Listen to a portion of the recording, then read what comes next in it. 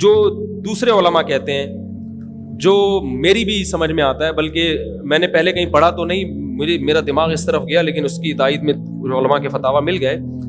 دیکھو اگر کوئی حدیث ضعیف ہو یا حسن ہو تو صرف حسن ہونا کافی نہیں ہے، یہ دیکھا جائے گا کہ یہ دوسری صحیح حدیثوں سے ٹکرا تو نہیں رہی ہے. یہ بھی ایک فقہ کا اصول ہے کہ اگر ایک کمزور چیز ہے لیکن وہ طاقتور دلیل سے ٹکرا رہی ہے تو پھر اس کمزور چیز کو بالکل رد کیا جائے گا. تو عاشورہ کے دن روزہ رکھنے کا حکم ہے، یہ بالکل بخاری مسلم کی صحیح حدیث سے ثابت ہے. اور جو کھانا کھلانے والی روایت ہے وہ اس ٹکر کی نہیں، اس کو تو ابن تیمیہ جیسے محقق نے بالکل ہی کالعدم قرار دے دیا، بعض عرب علماء نے بھی بالکل کالعدم قرار دے دیا، اگرچہ ہماری رائے یہ کہ بالکل کالعدم نہیں ہے، لیکن بہرحال اس میں محدثین کا بڑا اختلاف ہوا ہے. جبکہ روزہ رکھنے والی جو روایات ہیں وہ بالکل بے غبار ہیں، ان کو سب صحیح مانتے ہیں.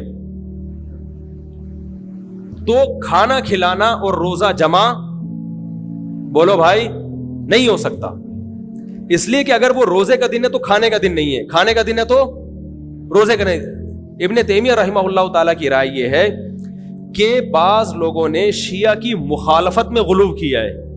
شیعہ نے اس دن کو چونکہ منحوس بنا دیا 10 محرم کو، تو انہوں نے مخالفت میں اس دن کو ایک سیلیبریٹ کرنے کے لیے نا کھانا کھلانے کا حکم دے دیا کہ ہم منحوس نہیں سمجھتے بلکہ اس کا کیا کریں گے اپوزٹ کے کھاؤ اور کھلاؤ. تو انہوں نے کہا یہ بھی غلو ہوا ہے. دوسری طرف بھائی منحوس نہیں ہے، مبارک ہے ہماری نظر میں، لیکن اتنا مبارک کہ اس میں کھانا کھلانا اور یعنی عید والا عنصر کھانا کھلانا تو عید کے دن ہوتا ہے نا، تو عید نہیں ہے بہرحال.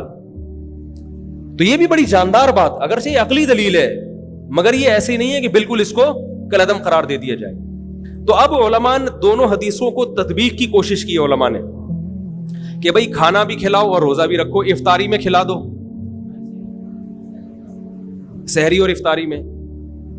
تو بات یہ ہے کہ افطاری میں اگر آپ کھلائیں گے تو وہ 11 محرم شروع ہو چکی ہوگی، وہ 10 محرم بولو بھائی نہیں رہے گی.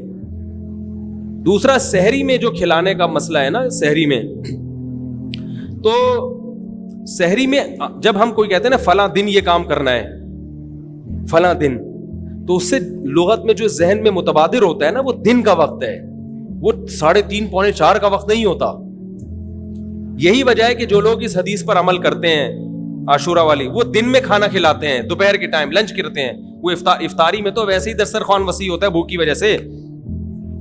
ارے بابا وہ تو ویسے ہی بچوں کو جب روزہ رکھا ہوا ہے تو اچھا کھلاؤ، سحری اچھی کراؤ، اور افطاری وہ تو ویسے ہی بھوک کی وجہ سے رمضان میں دیکھو نا کیسے کھلے دسترخوان ہوتے ہیں. تو میں نے بڑی کوشش کی دونوں حدیثوں کو جمع کریں، لیکن تکلف کے بغیر یہ ممکن نہیں ہے. تو فقہ کا ایک اصول ہے کہ جب کوئی بے غبار صحیح حدیث ہوتی ہے اور اس سے ایک اصول ثابت ہو رہا ہے تو اس کے مقابلے میں اگر کمزور روایت آئے گی جو اس سے ٹکرا رہی ہوگی تو اس کمزور روایت کو، اگرچہ وہ موضوع من گھڑت نہیں ہے، لیکن اس کمزور کو اس صحیح حدیث کی مخالفت کی وجہ سے بولو بھائی رد کر دیا جائے. اس لیے میرا نالائق کا موقف یہ ہے، میں بہت نالائق ہوں، میں اتنی بڑی بڑی باتیں کرتا نہیں ہوں، لیکن ساڑی عقلچ یہ چیز آندھی نہیں ہے کہ بھائی جو روزے کا دن ہے وہ بھوکے پیاسے رہنے کا دن ہے، وہ کھانے کھلانے کا نہیں ہے. افطاری میں تو ویسے ہی کھاؤ بھی کھلاؤ بھی.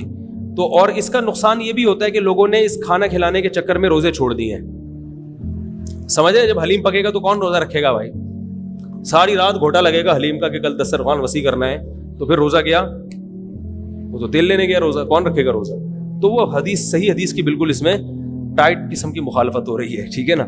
تو نالائق کی رائے، پھر بھی اگر کوئی دوسرے علماء کی رائے کو فالو کرتا ہے تو وہ کھائے بھی کھلائے بھی. میں کہتا ہوں جو مضبوط چیز ہے اس کو لینا چاہیے، جو کمزور چیز ہے اس کو چھوڑ دینا چاہیے. ہمارے حضرت مفتی رشید احمد صاحب رحمہ اللہ ایک بات کہتے تھے کہ جہاں کھانا کھلانے کی حدیث آئے گی نا وہاں مسلمان اس کو لے ہی لے گا.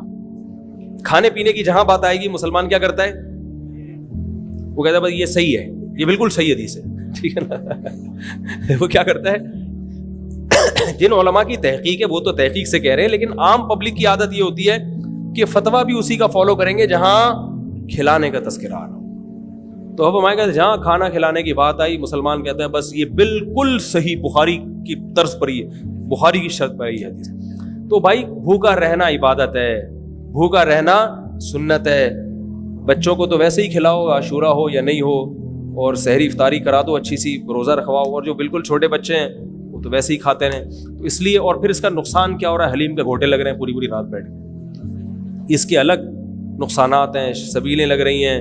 حضرت حسین رضی اللہ تعالیٰ عنہ تو کربلا میں شدید گرمی میں بھوکے اور پیاسے اپنی جان دیتے ہیں, اور یہاں ہم کیا کر رہے ہیں, کھانا کھا رہے ہیں, دیگیں پکا رہے ہیں, شربت پی رہے ہیں. تو یہ بات عقل میں آنے والی نہیں ہے.